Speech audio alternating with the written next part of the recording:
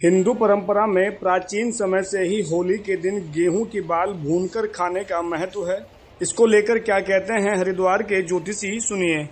होली का पर्व जब प्रारंभ होता है, हमें याद है 30-40 साल पुरानी बात है, जब हम होली के लिए लकड़ियाँ का संग्रह करते थे जंगल में जाकर के। सभी गाँव में जितने भी परिवार होते थे, सभी एक दिन पहले या 2 दिन पहले गेहूं के को जड़ से उखाड़ करके उसको घर में ले आते थे। और जिस समय मुहूर्त के अनुसार होलिका में अग्नि प्रज्वलित की जाती थी, तो अपने अपने घरों से बाल ले जा करके उसको अग्नि में भूनते थे और फिर उसको खाते भी थे और बांटते भी थे। क्योंकि इससे प्रतीत होता है जो हमारा अन्न है नया, उसकी हम शुरुआत करेंगे और इसमें अग्नि में पवित्र हो जाएगी।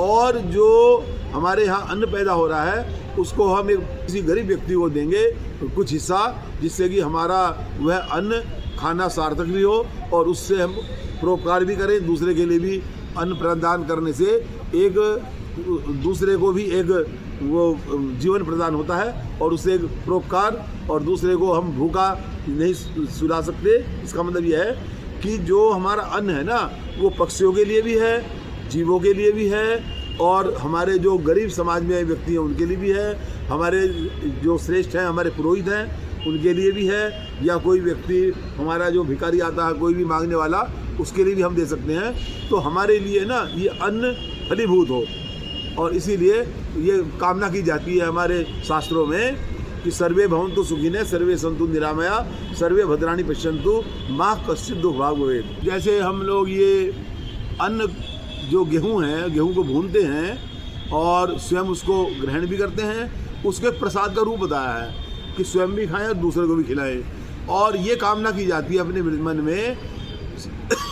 हमारी प्रत्येक प्रकार की जो फसल है, चाहे गेहूं है, चावल है, उड़द है, बहुत अन्न होते हैं, वे सभी को प्राप्त हों और सारे समाज में खुशहाली हो।